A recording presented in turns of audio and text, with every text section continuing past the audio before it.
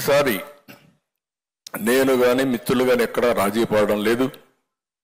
3 రాజకీయ పార్టీలు కూడా ఒకే ఆలోచన చేశాం. సమర్థవంతమైన వ్యక్తులను పెట్టి వినబిలిటీ క్రైటీరియాగా పెట్టుకొని ముందుకు పోతున్నాం. నేనైతే 40 ఏళ్ళు నేను చూశాను రాజకీయాలు ఎంపిక చేసినప్పుడు.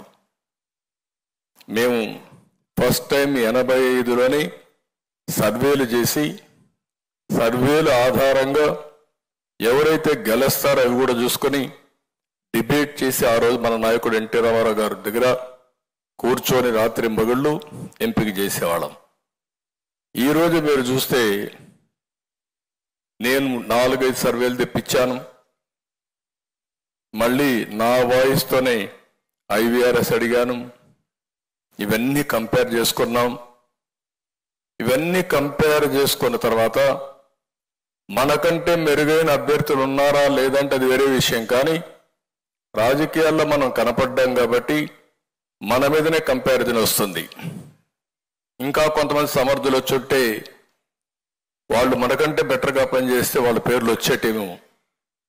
కానీ ఇక్కడ ఉండే వాళ్ళందరినీ మీరు చూసినప్పుడు మన పార్టీలో ఉండే ప్రతి ఒక్కరిని నేను IVRS ద్వారా అడిగాను.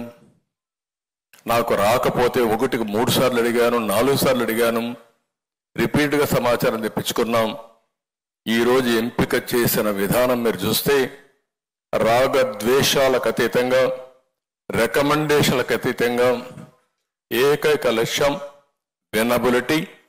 అది అయిన తర్వాత మీరు చూస్తే ప్రజల్లో మీ మీద ఏ అభిప్రాయం ఉంది, మీ ఇమేజ్ ఏ విధంగా ఉంది, మీరు పార్టీకి చేసిన సేవలేంటి, లాయల్టీ ఫ్యాక్టర్ ఎట్టుంటుంది, అదే సమయంలో ప్రజలకు సమాజానికి మీరు ఏ విధంగా ఉపయోగపడ్డారు, ఇవన్నీ ఆలోచించుకుని ఫస్ట్ టైం టెక్నాలజీ కూడా ఉపయోగించుకున్నాం. చాలాసార్లు నేను టెక్నాలజీలో మాట్లాడేవాళ్ళం, కానీ ఈసారి మాత్రం వీలైనంత వరకు మీరు చెప్పిన పర్సెప్షన్స్ విన్నాను. మళ్ళీ ఫీల్డ్లో ఉండే రియాలిటీస్ కంపేర్ చేసుకున్నాను. అబ్జర్వర్స్ను కూడా మనం జోన్కి ఒకరిని పెట్టుకొని 10 మందిని ఫీల్డ్లో పెట్టాం. వాళ్ళు మీతో మాట్లాడారు. అన్ని విషయాలు తీసుకున్న తర్వాత నేను ఈరోజు ప్రాపర్ సెలెక్షన్ చేశామని చెప్పి కూడా నేను మీకు తెలియజేస్తున్నా. కొంతమందికి సీట్లు రాని అభ్యర్థులు ఉన్నారు, అన్ని పార్టీల్లో ఉన్నారు. అందరినీ దృష్టిలో పెట్టుకుంటాం. అటు కేంద్రం ఉంది, ఇటు రాష్ట్రం ఉంది.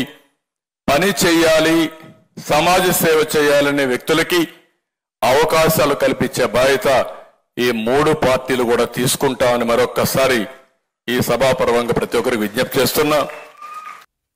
కురుక్షేత్ర ఎన్నికల సంగ్రామం ప్రారంభమైంది. రేపు జరగబోయే ఎన్నికల్లో 160 అడుగులు గొయ్యిదోవి ఈ వైసీపీ ప్రభుత్వాన్ని ప్రజలు పాతి పెడతారు. ఎప్పుడు జూన్ 4వ తారీఖు ఎన్నికల ఫలితాలతో నీ వైసీపీ ప్రభుత్వం బంగాళాఖాతంలో కలుస్తుంది.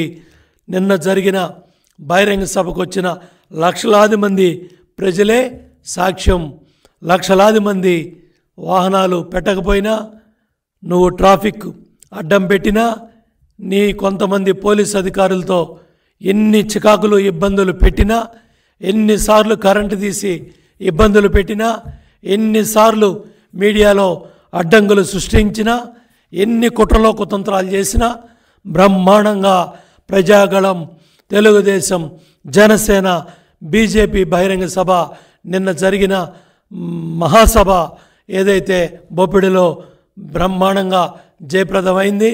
నీ ప్రభుత్వ పరిపాలన, నీ ప్రభుత్వానికి అంతం పలికే విధంగా, నీ పార్టీ బంగాళాఖాతం కలిసే విధంగా నిన్న ప్రజలు తరలి వచ్చిన విధానంతో రాష్ట్రంలో ఉన్న 5 కోట్ల మంది ప్రజలు కూడా ఇవాళ మరి ఆనందంగా ఉన్నారు. ఎవరైతే తప్పు చేసిన అధికారులందరి మీద కూడా చర్యలు తీసుకోవాలని కూడా ఎలక్షన్ కమిషన్ని, సంబంధిత అధికారులని కోరుతా ఉన్నాను.